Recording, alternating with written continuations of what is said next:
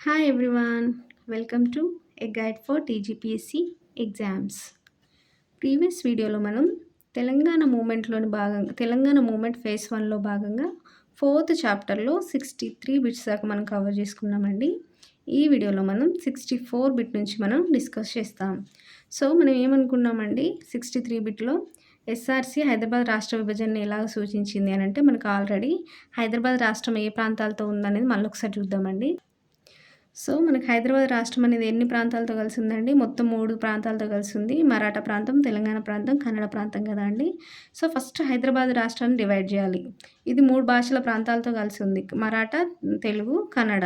So, ఈ భాష ప్రయుక్త రాష్ట్రాల ఏర్పాటు కోసమే గదండీ మనకి ఎస్ఆర్‌సీ ఏర్పాటు జేయబడింది. స్టేట్ రీఆర్గనైజేషన్ కమిషన్‌ని ఏర్పాటు జేసింది అందుకు గదా! సో, మరాఠా ప్రాంతాలని బొంబాయి రాష్ట్రంలో, కన్నడ ప్రాంతాలని మైసూర్ రాష్ట్రంలో. మరి తెలంగాణ ప్రాంతాన్ని దేంట్లో కలపాలంటే దేంట్లో కలపలేదు. యాజ్ ఇట్ ఈజ్‌గా దాన్ని అట్లా ఉంచి, తర్వాత ఇట్లా ఉంచిన ఈ తెలంగాణ ప్రాంతాన్ని ప్రత్యేక తెలంగాణ రాష్ట్రంగా ఏర్పాటు జేయాలా? అంటే యాజ్ ఇట్ ఈజ్ అలాగే ఉంచి తెలంగాణ రాష్ట్రంగా ఏర్పాటు జేయాలా?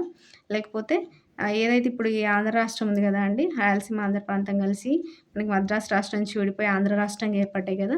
సో, ఈ ఆంధ్ర రాష్ట్రంతోటి తెలంగాణ ప్రాంతాన్ని కలిపితే, హైదరాబాద్ రాష్ట్రంలోని తెలంగాణ ప్రాంతాన్ని కలిపితే మనకి విశాలాంధ్ర ఏర్పడతదప్పుడు.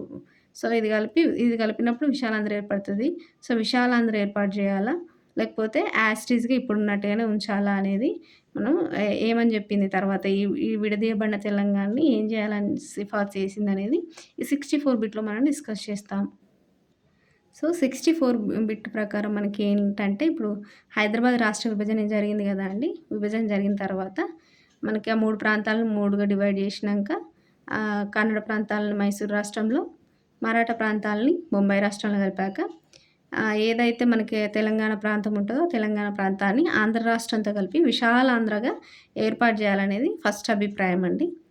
నెక్స్ట్ అభిప్రాయం ఏంటి? సెకండ్ ఒపీనియన్ ఏంటి అనంటే, అట్లా విడదీయబడిన తెలంగాణ ప్రాంతం ఏదైతే ఉందో, ఆ తెలంగాణ ప్రాంతాన్ని తెలంగాణ ప్రాంతాన్ని యాజ్ ఇట్ ఈజ్‌గా అలాగే ఉంచి ప్రత్యేక రాష్ట్రంగా ఏర్పాటు జేయాలి. దాన్ని తెలంగాణ రాష్ట్రంగా ఏర్పాటు జేయాలి. తెలంగాణ ప్రాంతాన్ని తెలంగాణ రాష్ట్రంగా ఏర్పాటు జేయాలి. ఏవైతే అప్పటికే ఉన్న 10 డిస్ట్రిక్ట్స్ ఏవైతున్నాయో వాటితోటి తెలంగాణ రాష్ట్రం ఏర్పాటు జేయాలని జెప్పేది సెకండ్ సిఫార్సు అండి. అంటే సెకండ్ ఒపీనియన్. థర్డ్ ఒపీనియన్ ఏంటంటే, అసలు హైదరాబాద్ రాష్ట్రాన్ని డివైడే జేయనవసరం లేదు. ఏదైతే ఇప్పుడు 3 ప్రాంతాలున్నాయో మరాఠా, తెలుగు, కన్నడ. సో, ఆ 3 ప్రాంతాలను యాజ్ ఇట్ ఈజ్‌గా అట్లనే ఉంచి హైదరాబాద్ రాష్ట్రాన్ని యాజ్ యూజువల్‌గా ఉంచాలనేది థర్డ్ ఒపీనియన్ అనేది గుర్తుంచుకోవాలి. సో, ఎస్ఆర్‌సీ ఒపీనియన్ మొత్తం 3 గదా అండి. అందులో ఫస్ట్‌ది హైదరాబాద్ రాష్ట్రాన్ని విభజించి, ఆ విభజించిన తర్వాత వచ్చిన తెలంగాణ ప్రాంతాన్ని ఆంధ్ర రాష్ట్రంతో కలిపి విశాలాంధ్రగా ఏర్పాటు చేయమని ఫస్ట్ ఒపీనియన్. సెకండ్ ఒపీనియన్ ఏంటి? ఆంధ్ర రాష్ట్రంతో కలపనవసరం లేదా తెలంగాణ ప్రాంతాన్ని యాజ్ ఇట్ ఈజ్ అలాగే ఉంచి తెలంగాణ రాష్ట్రాన్ని ఏర్పాటు చేద్దామనేది సెకండ్ ఒపీనియన్. థర్డ్ ఒపీనియన్ ఏంటి? అసలు హైదరాబాద్ రాష్ట్రాన్ని డివైడ్ చేయనవసరం లేదు. ఏదైతే ఇప్పుడు 3 ప్రాంతాలతోటి కలిపున్నదో యాజ్ ఇట్ ఈజ్‌గా అట్లనే ఉంచాలనేది థర్డ్ ఒపీనియన్ అనేది ఇక్కడ గుర్తుంచుకోవాలి. నెక్స్ట్ బిట్ వచ్చేసరికి మనకి విశాలాంధ్రకు అనుకూల వాదనలు అంటే విశాలాంధ్ర ఇప్పుడు ఈ 3 ఒపీనియన్‌లు చెప్పింది కదండీ. ఈ 3 ఒపీనియన్‌లో ఫస్ట్ ఒపీనియన్ విశాలాంధ్ర ఏర్పాటు కాబట్టి, ఆ విశాలాంధ్రకు అనుకూలమైన వాదనలను ఏ పారా నుంచి డిస్కస్ చేసింది అనంటే, ఏ పారా నుంచి ఏ పారా వరకు డిస్కస్ చేసిందంటే, పారా 369-374 అండి. సో, పారా 369 - పారా 374 దాకా మనకి విశాలాంధ్రకు అనుకూలంగా వాదనలు అంటే, ఒకవేళ విశాలాంధ్ర ఏర్పడితే ఏం బెనిఫిట్స్ జరుగుతాయనే విషయాలను మనకి ఈ పారాస్‌లో డిస్కస్ చేసింది. నెక్స్ట్ బిట్ వచ్చేసరికి ఎస్ఆర్‌సీ ప్రత్యేక తెలంగాణకు అనుకూల వాదనలు ఏ పారా నుంచి డిస్కస్ చేసింది అనంటే, పారా 375-పారా 380 వరకి. ఒకవేళ ప్రత్యేక తెలంగాణ ఉందనుకో సెకండ్ ఒపీనియన్ ఇదే గదండీ! ప్రత్యేక తెలంగాణ ఏర్పాటు చేయడము. సో, ప్రత్యేక తెలంగాణ రాష్ట్రం ఏర్పాటు చేస్తే జరిగే బెనిఫిట్స్ ఏంటి అనేది మనకు పారా 375-పారా 380 వరకి డిస్కస్ చేసిందండి. సో, అందులో భాగంగా ప్రత్యేక తెలంగాణను ఏర్పాటు చే ఏర్పాటు చేస్తే ఏమేం బెనిఫిట్స్ జరుగుతాయి, అనేవి మనకి పారా 375-పారా 380 దాకా డిస్కస్ చేసిందన్నాం గదండీ. సో, ఆ బెనిఫిట్స్‌లో భాగంగా మనకి ప్రత్యేక తెలంగాణ ఏదైతే తెలంగాణ ప్రాంతం నుంచి భూమి పన్ను అరౌండ్ 5 క్రోర్స్ దాకా వస్తది ఆ టైంలో. ఇది మనకి ఎస్ఆర్‌సీ ఈ నివేదిక ఇచ్చే టైంలో భూమి పన్ను ఎంతున్నది అప్పుడు అంటే 5,00,00,000 దాకా ఉందండి తెలంగాణ ప్రాంతం నుంచి. అంతేకాకుండా తెలంగాణ ప్రాంతంలో నందికొండ, కుస్తాపురం, గోదావరి ప్రాజెక్టులు గూడా ఉన్నాయి. సో, తెలంగాణ ప్రాంత ఆదాయం గూడా 17,00,00,000 దాకా ఉన్నది. ఎట్లా చూసుకున్నా గాని మనకి ఆంధ్ర రాష్ట్రంతో పోలిస్తే ఈ తెలంగాణ ప్రాంతంలో ఆదాయం ఎక్కువ. సో, వనరులెక్కువ, ఆదాయం ఎక్కువ. ఆహ్, కాబట్టి మిగులు బడ్జెట్ అనేది ఉంటది తెలంగాణ ప్రాంతంలో. ఆంధ్ర రాష్ట్రంతో పోలిస్తే ఆంధ్ర రాష్ట్రంలో అనేది లోటు బడ్జెటు. వాళ్ళకి వనరులు తక్కువనే, ఆదాయం తక్కువనే.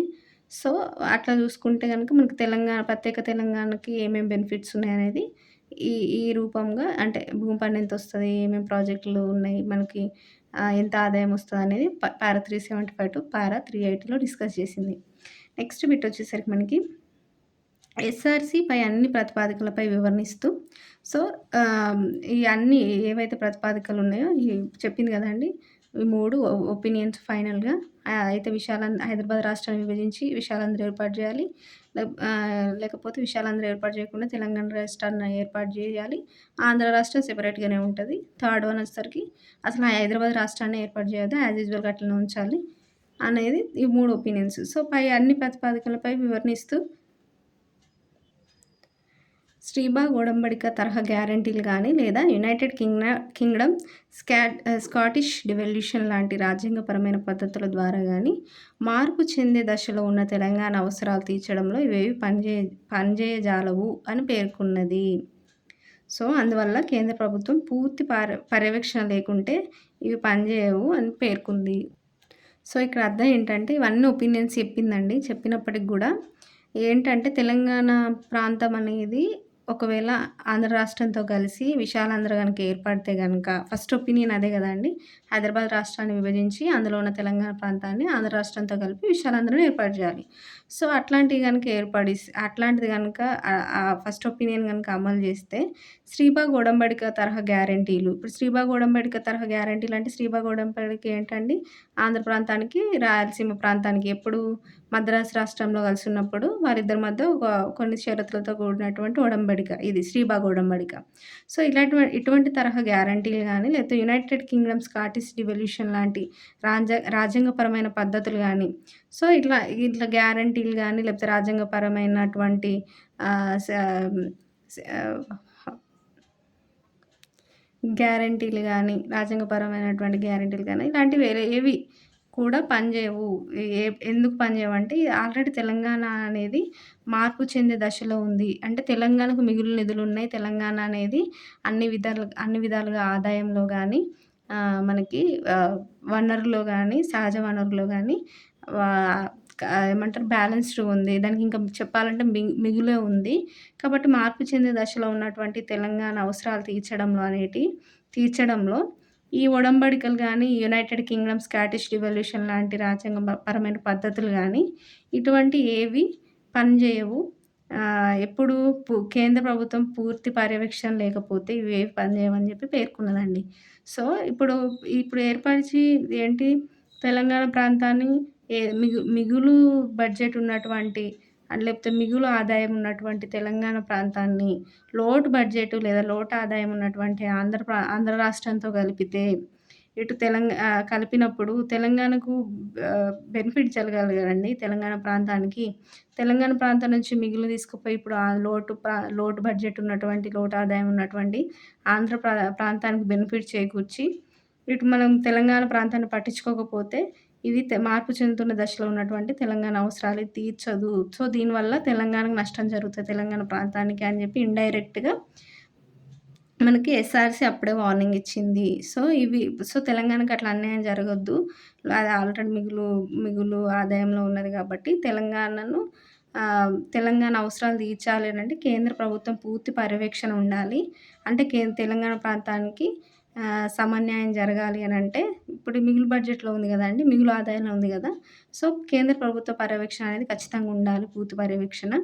ఇది లేకపోతే మాత్రం ఖచ్చితంగా తెలంగాణ ప్రాంతం అనేది అన్యాయానికి గురవుతది. దానికి సమన్యాయం జరగదు. సో, దానివల్ల తెలంగాణ ప్రాంతం మిగులు ఆదాయం అనేది ఆంధ్ర రాష్ట్రానికి పోయి ఆంధ్ర ప్రాంత ప్రజలే బాగుపడతారు. దానివల్ల తెలంగాణకి ఒరిగేదేముండదు. ఇప్పుడు తెలంగాణ ప్రాంతాన్ని ఆంధ్ర రాష్ట్రంతో కలిపితే అని చెప్పి అది ముందే వార్నింగ్ ఇచ్చింది. సో, ఖచ్చితంగా ఒకవేళ కలపాలనుకుంటే కలిపి విశాలాంధ్ర ఏర్పరచాలనుకుంటే మాత్రం ఖచ్చితంగా కేంద్ర ప్రభుత్వం పూర్తి పర్యవేక్షణ ఉండాలి. ఒకవేళ పర్యవేక్షణ లేకపోతే మాత్రం ఈ ఒడంబడికలు గానీ, లేకపోతే రాజ్యాంగపరమైన పద్ధతులు గానీ, ఏవి గానీ ఈ తెలంగాణ అవసరం తీర్చడంలో ఉపయోగపడవు, పనిజేయవు. సో, తెలంగాణ వెనుకబాటుకు గురవుతది. కేంద్ర ప్రభుత్వం పూర్తి పర్యవేక్షణ లేకపోతే అని జెప్పి వాళ్ళు ఇండైరెక్ట్‌గా ఆర్ డైరెక్ట్‌గా అప్పుడే చెప్పినారు. ఏది ఈఎస్ఆర్‌సీ నివేదికలో. నెక్స్ట్ బిట్ వచ్చేసరికి మనకి అన్ని పరిగణలోకి తీసుకున్న తర్వాత ఎస్ఆర్‌సీ సిఫార్సు ఇంకేం చేసింది అనంటే, ప్రస్తుత తెలంగాణ ప్రాంతము ప్రత్యేకంగా రాష్ట్రంగా ఏర్పాటు చేసి హైదరాబాద్ రాష్ట్రం అని నామకరణం చేయవచ్చని చెప్పిందండి. ఇది ఫస్ట్‌దండి. ఏది మనకి ఈ 67 బిట్ దీన్ని ఇది ఒకవేళ ఇది ఫాలో అవుతే గనక అంటే ఫస్ట్ ఒపీనియన్ ఫాలో అవుతే గనక ఏంటి హైదరాబాద్ రాష్ట్రాన్ని విభజించి హైదరాబాద్ రాష్ట్రంలోని తెలంగాణ ప్రాంతాన్ని ఆంధ్ర రాష్ట్రంతో కలిపి విశాలాంధ్రగా ఏర్పరిస్తే గనక అంటే విశాలాంధ్ర ఏర్పరిచినప్పుడు ఏం చేయాలి? కేంద్ర ప్రభుత్వ పూర్తి పర్యవేక్షణ ఉండాలి. లేకపోతే ఎటువంటి పద్ధతులు, గ్యారంటీలు మనకి తెలంగాణ అవసరాలు తీర్చడంలో ఉపయోగపడవు అని చెప్పి ఫస్ట్ ఒపీనియన్ గురించి ఈ ఒపీనియన్ చెప్పిందండి. నెక్స్ట్ ఒకవేళ తెలంగాణ రాష్ట్రం గనుక ఏర్పాటు చేస్తే గనక అప్పుడున్న తెలంగాణ రాష్ట్ర ప్రాంతంలోని 10 డిస్ట్రిక్ట్స్‌తో కలిపి తెలంగాణ రాష్ట్రంగా ఏర్పాటు చేస్తే గనక అప్పుడు ఏంటంటే అప్పుడు ఎట్లా ఏర్పాటు చేయాలి దాన్నని చెప్పింది అనంటే తెలంగాణ రాష్ట్రాన్ని ఎట్లా ఏర్పాటు చేయాలంటే ప్రస్తుత తెలంగాణ ప్రాంతం ఏదైతే ఉందో అప్పుడు హైదరాబాద్ రాష్ట్రంలో తెలంగాణ ప్రాంతము దాన్ని యాజ్ ఇట్ ఈజ్‌గా ఉంచి ప్రత్యేక రాష్ట్రంగా ఏర్పాటు చేయాలి. చేసి దానికి హైదరాబాద్ రాష్ట్రం అని నామకరణం చేయవచ్చు. సో, తెలంగాణ రాష్ట్రం ఇది ఏ పేరు ఒకవేళ ప్రత్యేక తెలంగాణ రాష్ట్రాన్ని ఏర్పరిస్తే గనక ఇప్పుడు ఏదైతే ఆ తెలంగాణ ప్రాంతం ఉందో, ఆ తెలంగాణ ప్రాంతాన్ని ప్రత్యేక రాష్ట్రంగా గనుక ఏర్పాటు చేస్తే గనక ఆ రాష్ట్రానికి ఏం పేరు పెడతారు అంటే తెలంగాణ రాష్ట్రం అని కాదు, హైదరాబాద్ రాష్ట్రం అని పేరు పెట్టుకోవచ్చు అని చెప్పిందండి. ఇక్కడ కన్‌ఫ్యూజ్ అవ్వకూడదు. అంటే తెలంగాణ ప్రాంతం కాబట్టి తెలంగాణ రాష్ట్రం అనే పేరు పెట్టుకోమని సిఫార్సు చేసిందేమో అని కన్‌ఫ్యూజ్ అవుతాము. తెలంగాణ ప్రాంతమే. బట్ ఏం పేరు పెట్టుకోమని అంటే ఏమైనా నామకరణం చేసుకోవచ్చు. ఏ పేరు సిఫార్సు చేసిందంటే హైదరాబాద్ రాష్ట్రం అని నామకరణం చేసుకోవచ్చని సిఫార్సు చేసిందని గుర్తుంచుకోవాలి. నెక్స్ట్ బిట్ వచ్చేసరికి మనకి ఒకవేళ ఈ హైదరాబాద్ రాష్ట్రం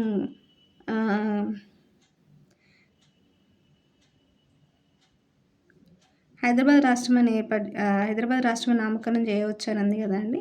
1961 ఎన్నికల్లో మనకి 1961 హైదరాబాద్ అసెంబ్లీ ఎన్నికల్లో గెలిచిన సభ్యులు ఉంటారు గదా!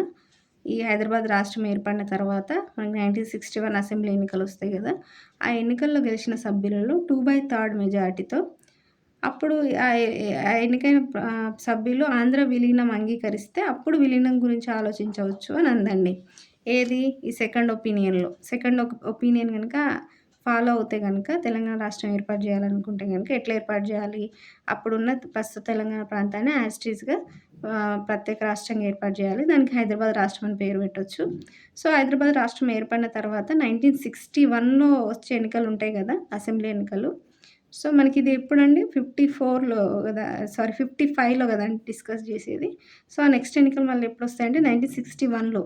సో, 1961 ఎన్నికల్లో వచ్చే ఎన్నికల్లో హైదరాబాద్ అసెంబ్లీ ఎన్నికల్లో ఎవరైతే గెలుస్తారో ఆ గెలిచిన సభ్యుల్లో 2/3 మెజారిటీ తోటి అప్పుడు ఆ ఎన్నికైన సభ్యులు గనుక ఒప్పుకుంటే ఆంధ్ర విలీనం గురించి అంటే ఆంధ్ర రాష్ట్రంతో కలిసి మేము విశాలాంధ్రగా ఏర్పడతామని 2/3 మెజారిటీతో ఒప్పుకుంటే అప్పుడు విశాలాంధ్రతో కలపండి. అంటే విశాలాంధ్ర గురించి అది కలపాలా వద్దా అనేది అప్పుడు ఆలోచించొచ్చు. వాళ్ళు 2/3 మెజారిటీతో ఒప్పుకుంటే ఎవరు హైదరాబాద్ రాష్ట్ర అసెంబ్లీ యొక్క సభ్యులు 2/3 మెజారిటీతోటి ఒప్పుకుంటే గనక అప్పుడు మనం విశాలాంధ్ర గురించి ఆలోచించొచ్చు. అంటే హైదరాబాద్ రాష్ట్రాన్ని ఆంధ్రతో విలీనం చేసి ఆ విశాలాంధ్రని ఏర్పరచాలన్న విషయాన్ని అప్పుడు ఆలోచిద్దాం గానీ అప్పటిదాకా వద్దు అని చెప్పి మనకి ఈ 68 బిట్‌లో డిస్కస్ చేసాం. ఇప్పుడు ఒకవేళ సెకండ్ ఒపీనియన్ అమలు పరుస్తే గనక. నెక్స్ట్ బిట్ వచ్చేసరికి ఎస్ఆర్‌సీ ప్రకారం హైదరాబాద్ రాష్ట్రము ఎస్ఆర్‌సీ ప్రకారం మనం 10 జిల్లాలు అనుకున్నాం గదండీ! ఇక్కడ చెప్పింది గదా! 10 జిల్లాలతో అని. ఇక్కడ తెలంగాణ రాష్ట్రం ఏర్పాటు చేస్తే 10 జిల్లాలతో అని 10 డిస్ట్రిక్ట్స్‌తో అని. ఏంటి అంటే అప్పుడు ఎస్ఆర్‌సీ ప్రకారం హైదరాబాద్ రాష్ట్రం ఎట్లా ఏర్పాటు చేయాలంటే అప్పటికి హైదరాబాద్ రాష్ట్రంలో తెలంగాణ ప్రాంతంలో 8 జిల్లాలు ఉన్నాయి గదండీ! సో, ఆ 8 జిల్లాలతో కలిపి బీదర్ జిల్లా, తర్వాత మునగాల పరగన, కృష్ణా జిల్లాలోని మునగాల పరగన. ఈ రెండింటిని కలిపి మనకి ఎస్ఆర్‌సీ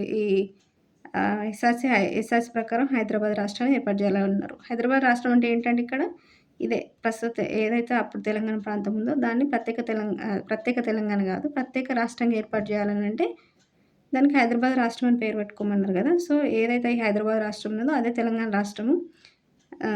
సో, ఆ తెలంగాణ ప్రాంతంతో కూడిన రాష్ట్రం ఇది. ఇప్పుడు ఏర్పడే హైదరాబాద్ రాష్ట్రం. అంతకుముందున్న హైదరాబాద్ రాష్ట్రం వేరు.